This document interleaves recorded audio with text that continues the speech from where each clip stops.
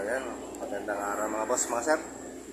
At sunod-sunod po yung ating trouble. So ayan, so dinipos po natin at masyado makapal ang yelo sa ating compressor. So check natin kanina yung ating evaporator, although maroon namang build up ng ice, pero masyadong mahina yung buka ng ating unit. So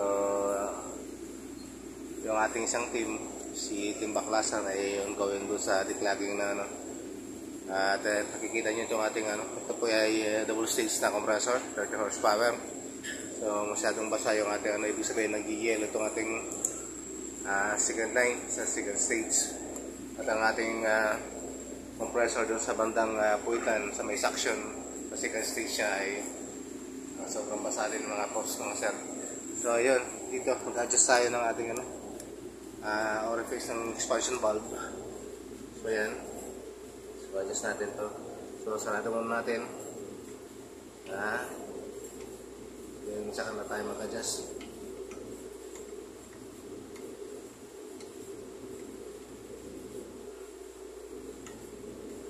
So ayan, sarado na. So ito mga boss, 4 bars lang po ang bukas ito. So bukas lang tayo ng kaunti, mga 1.5 bars.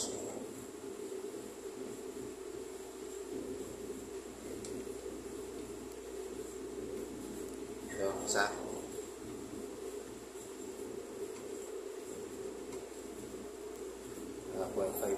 yan. So yan, ganyan lang po bukas.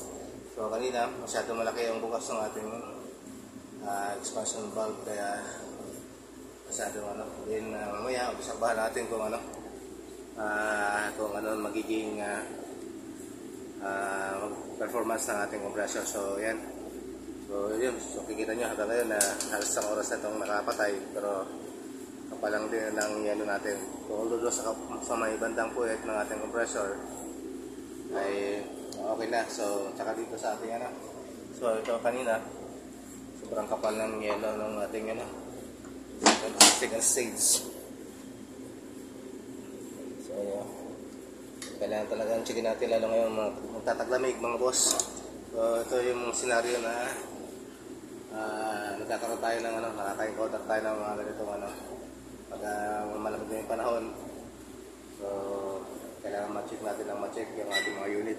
So isa pa, meron pa tayong i-adjust din na isa, at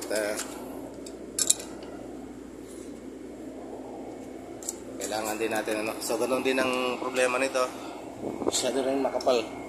Ito yung mga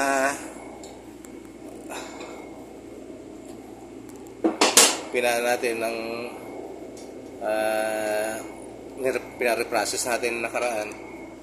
So medyo may kalakihan yung adjustment ng expansion valve. So kailangan natin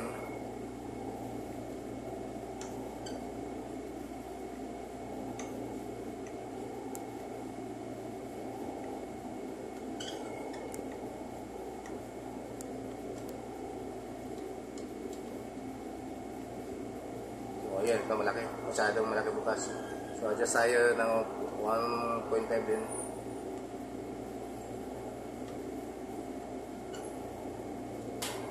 Isa,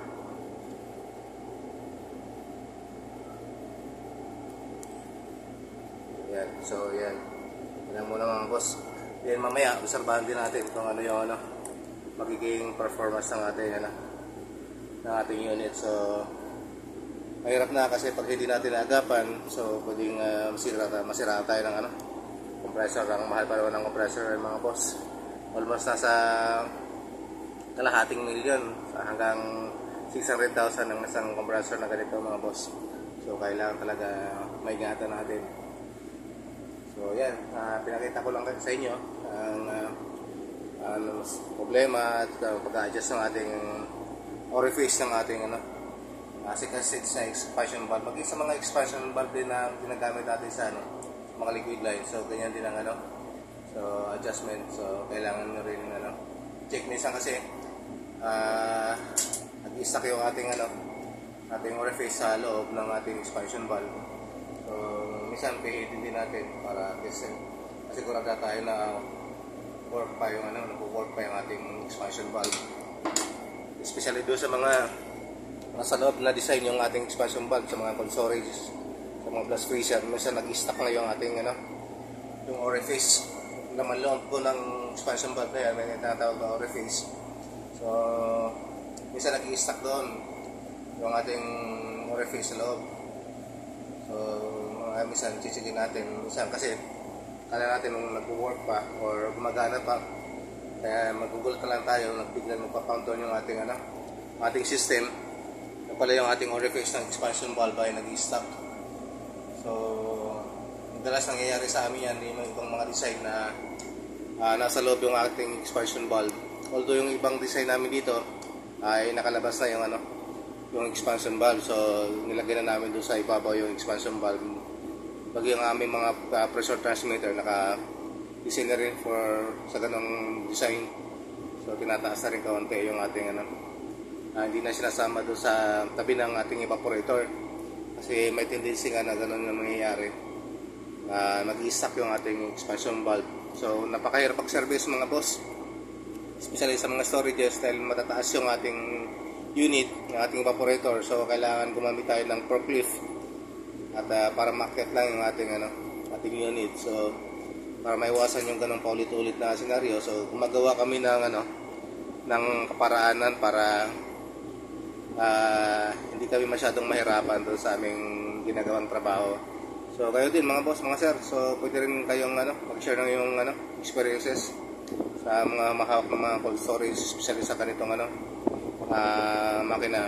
Baka meron din kayo may experience na ganito. So checkin nyo rin mga boss yung ating mga expansion valve. So yan, sa loob nandun na yung something natin, yung timbaklasan. So nandun na rin sila. So dito naman ako sa taas at nag-adjust na rin ako. Yung notice namin na yung aming compressor doon sa pinaka puwit ng ating compressor doon sa area na yon. So karoon ng build up din ng ice storm. So ibig sabihin mas malaki yung pumapasok na doon na refrigerant doon sa area na yun. So kailangan natin mag-adjust dito sa ating second stage line. So yan, ito yung ating liquid line, yung supply ng ating second stage. Yan, so napasok yan dito. Yan, so yan, reach doon sa ating kabilang side ng compressor. So ito naman yung ating liquid. So didiretso naman ito doon sa ating expansion valve sa loob sa mga evaporator na. So yan mga boss, mga sir. So pinakita ko lang sa inyo at i-share ko rin lang kung paano mag-adjust ng expansion valve, kasi may mga orifice yan sa loob. Then mamaya i-update ko rin kayo kung ano yung magiging